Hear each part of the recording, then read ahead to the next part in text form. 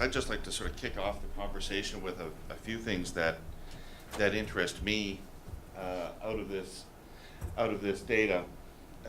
First of all, that the interest is primarily from larger companies, but I think the thing that struck me most of all was how much leadership the public sector is showing in this area, and I know that it has been a policy of the federal government for sure. I know from personal knowledge, and I assume other levels of government to play a leadership role in adopting energy conservation measures and more efficient use of energy. And you can see here throughout the survey that in almost every respect, the institutional sector was leading the way, both in terms of what they had done and what they intended to do. Obviously that relates in significant measure to the issue of upfront cost. And we could all probably chuckle under our breath about people saying to us, would you please give me a financial incentive to do the right thing and the thing that's obviously in my self-interest to do.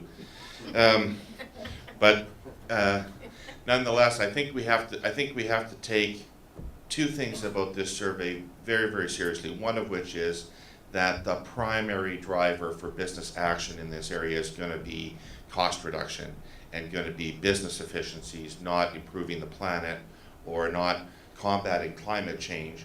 So that means that that's where communications should be focused. One of the things I think as I went through this survey is who within businesses is the champion for this kind of activity. Everything inside an institution or an organization or a business needs a champion. Who in the executive team is going to be the champion for energy conservation?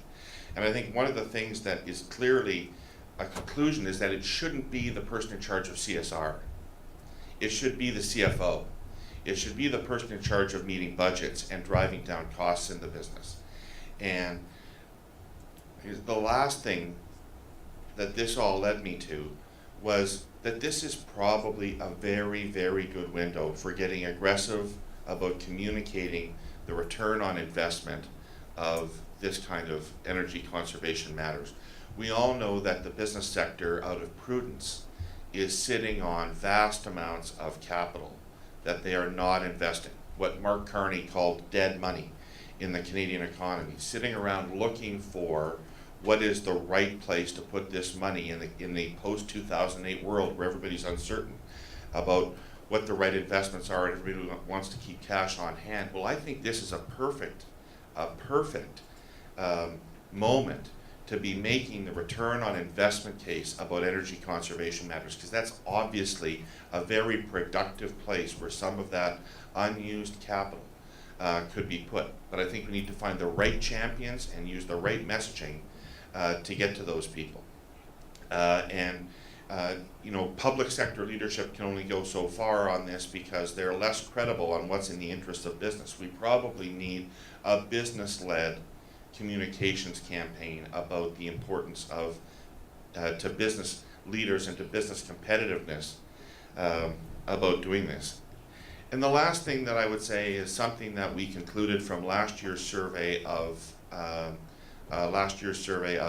consumers as well, which is the truth of the matter is that so much of this is going to have to come from code, and so much of this is going to have to come from government regulation. Not because of my earlier joke about people needing to be forced to do the right thing, but because this is the kind of issue where I think one of the things people are telling us is that there's actually probably a first mover disadvantage. In that if you're the first people out there, you might put yourself, if you're a construction builder or in any other line of work, you might put yourself, at least in the short term, at a competitive disadvantage by making these kinds of changes, because you're going to increase the short-term costs in your operation. So there's a tremendous, it seems to me, disincentive to be the first mover in this area. And what everybody is saying to us is level the playing field, make everybody move at the same time.